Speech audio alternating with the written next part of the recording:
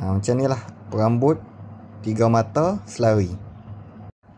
Okey, so kita nak ikat 3 mata selari So kita ambil yang pertama dulu. Kita ikat dulu yang pertama ni.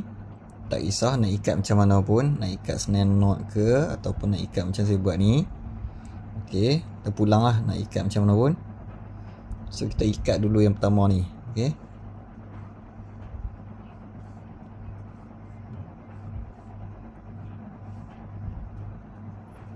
okey.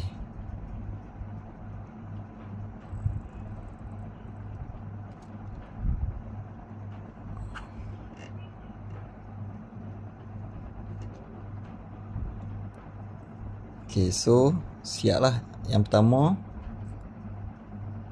Okey, kita dah siap ikat yang pertama ni. So nak ikat pula yang kedua.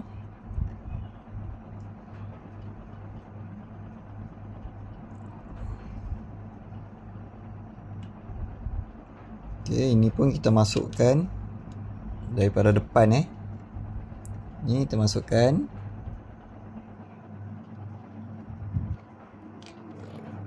Okey, kemudian kita tengoklah setakat mana yang kita nak tu. Untuk 3 mata ni, okey, macam kita nak. Okey, panjang tu kan. So, kita ambil yang hujung sekali ni. Ambil yang hujung ni, letak macam tu. Okey. So, dia akan jadi macam tu lah. So, yang ni, ini yang hujung tadi tu, kita ambil yang belakang ni. Okey, kemudian kita lilit dia.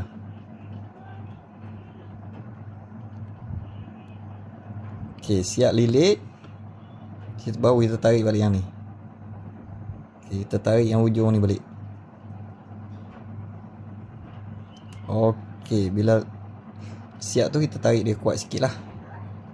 Okey, so kita dah dapat 2 mata kat sini. So tinggal lagi nak tambah 1 mata. Okey, macam tadi juga. Kita masukkan daripada depan ni. Okey, masukkan daripada depan ni. Kemudian kita tengoklah dia punya jarak tu macam mana kita nak buat.